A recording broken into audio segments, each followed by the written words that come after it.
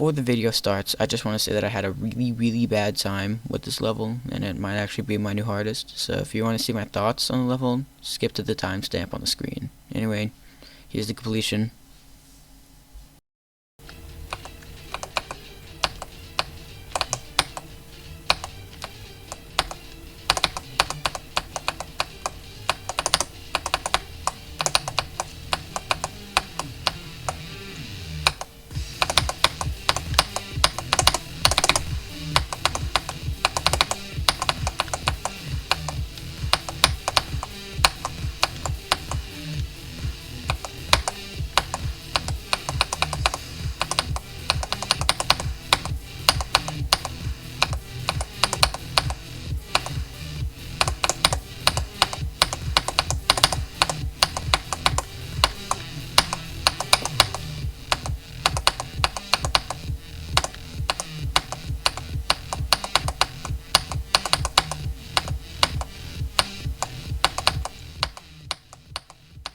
Yes! Yes!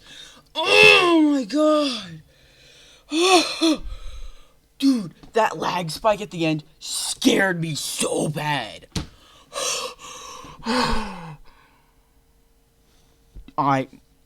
I'm considering that a new hardest, dude. That's harder than hypersonic. I don't care. Oh my god. Yes! Oh my god. Oh my god. That is not club step difficulty. Yes. Yes. Yes. Alright, so right off the bat, there's two reasons why I really did not like this level, and one of them is just I had a really bad experience overall, being that I died many times at the end. I took a little over 2 hours to beat this level, which is insane. That is a lot of time that I could have spent doing literally anything else. Maybe playing Accu, maybe beating it. It's a rated level, like this one, but that is definitely the longest amount of time I've spent on any level, except for maybe random wave mix or ship mix, but there's not really a way to check that.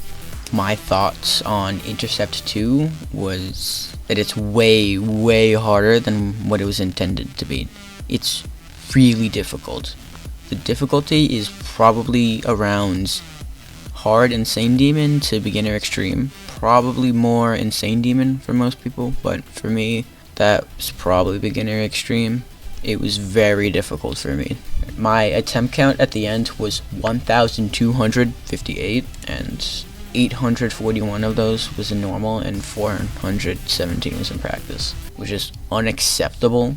That is ridiculous. For example, the amount of attempts I had in normal mode for hypersonic was about 296, if I'm correct, which is it's wild because that is an extreme demon. So I think that really goes to show the difficulty of what Intercept 2 is, when it was not supposed to be that hard, really. But I think now is the time to start discussing the level. The very beginning of Intercept 2 isn't really that bad. There's not really much of anything except for this double spike where you have to click later than it looks, or else you'll have a weird setup into the yellow orb and probably die. You do 2 triple spikes, and then after that you hit the breakable blocks, which are really janky, and there's like not much you can really do. Sometimes you just take a different route, sometimes breaking different blocks. It doesn't really matter as long as you don't die. Next we got the ship part, which is pretty easy. You have a little straight fly, it's not too bad. And then now we have the upside down part, where I get to say that this level has 2.2 physics. Yeah, it does. Next we got this little corridor where you just go up and down to avoid the spikes, but then we have this dip, which is really annoying and hard because you cannot touch the ground or else you'll be too high and slam into the spike, but you also can't be too high or you'll hit the spike, which is It's pretty bad. It's kind of difficult, not the worst, but it's definitely not fun to do. Really, this little dip here kind of just shows that either this level has awful gameplay, or it really wasn't play tested. I really feel like it just wasn't play tested pretty much at all. Like, if you saw that, you should remove it. Now we got this stupid UFO where there's not really a good click pattern. You kind of just do whatever and hope it works. Like, you go into practice mode, see what works. I actually ended up changing my click pattern when I was playing the level in the middle. Before, at 29%, I just did 2 clicks and tried to get over the club step monster, but now I do a triple click, a very fast one, and it works more sometimes.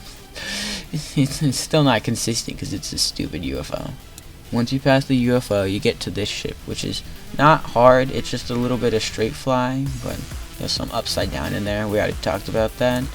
Next, we got this cube part, which is really easy, except for this random and unnecessary jump at 40%. I died here 10 times from 0, and there's 2 more jumps at the end, which are also a little tricky. I also died here 10 times.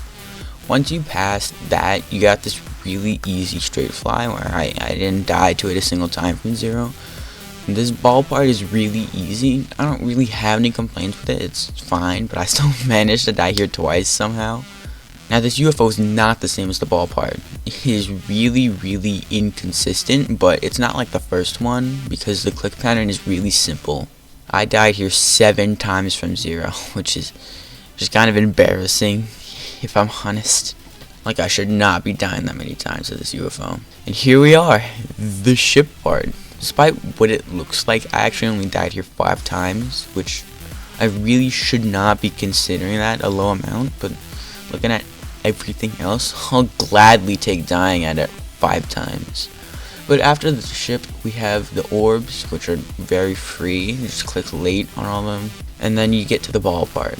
It's pretty easy, but it is really inconsistent and definitely easy to just die from something random. I actually didn't die here from 0 at all, but now we get to the last part of the level, which is really easy except for one yellow orb click where you have to click right in the middle. You can't do it too early or too late or else you will die.